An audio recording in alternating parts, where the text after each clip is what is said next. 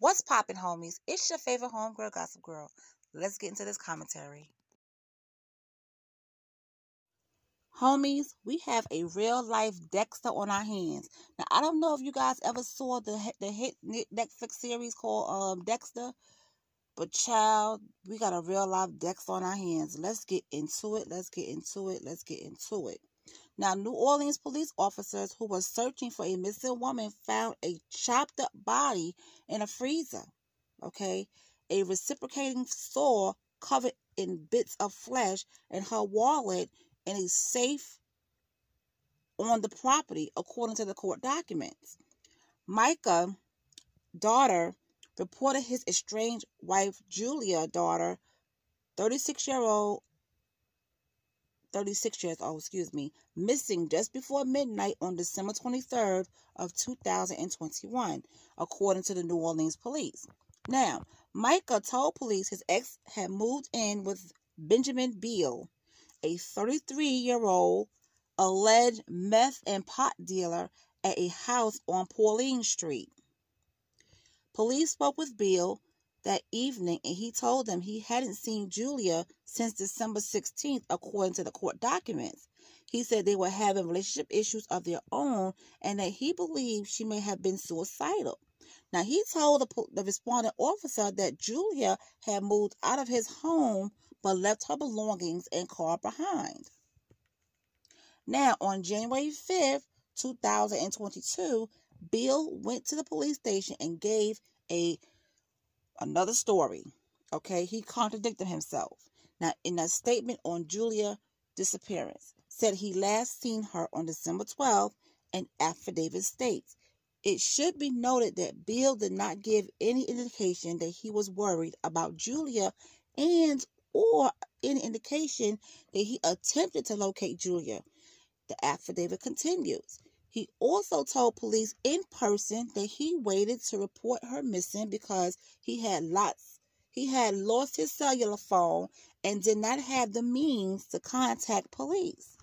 So, Mr. Beale, you mean to tell me you couldn't walk down to the police station and report her missing? Okay. Now, the police served a search warrant, right, at Beale's home on January 11th and saw extension cords running out the back door and into a Chevrolet Diesel 60 bus parked in the yard.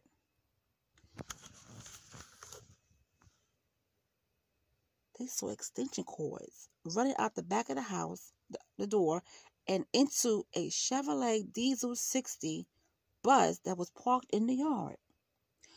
According to the criminal complaints, and inside they found a freezer and an ice box.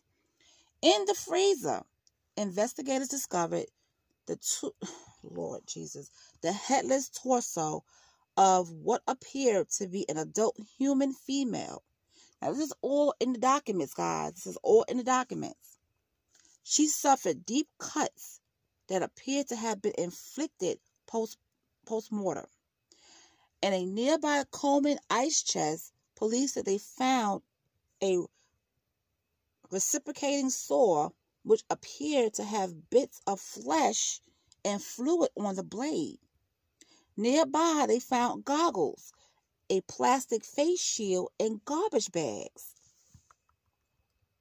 Now, you see why I call this person a real-life Dexter?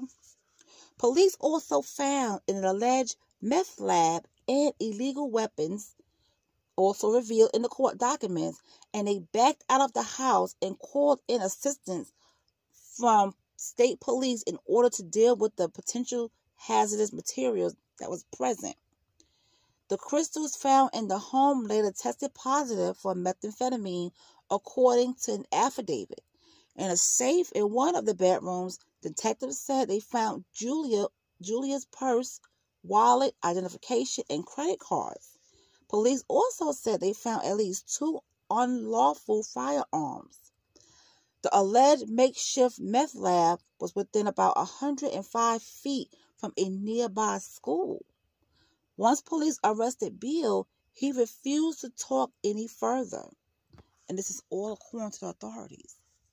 He is currently being held on a $400,000 bond at the Orleans Justice Center on a slew of charges, but not for homicide. And that also shows in the court documents. The charges are for alleged obstruction of justice in the missing person case, distribution of meth and marijuana, illegal weapons possession, and running a drug lab. The identity of the remains have not been publicly confirmed by authorities. Beale is also known as Kelly Kirkpatrick on Facebook. Okay, that's who he has been identified by, as Kelly Kirkpatrick on Facebook.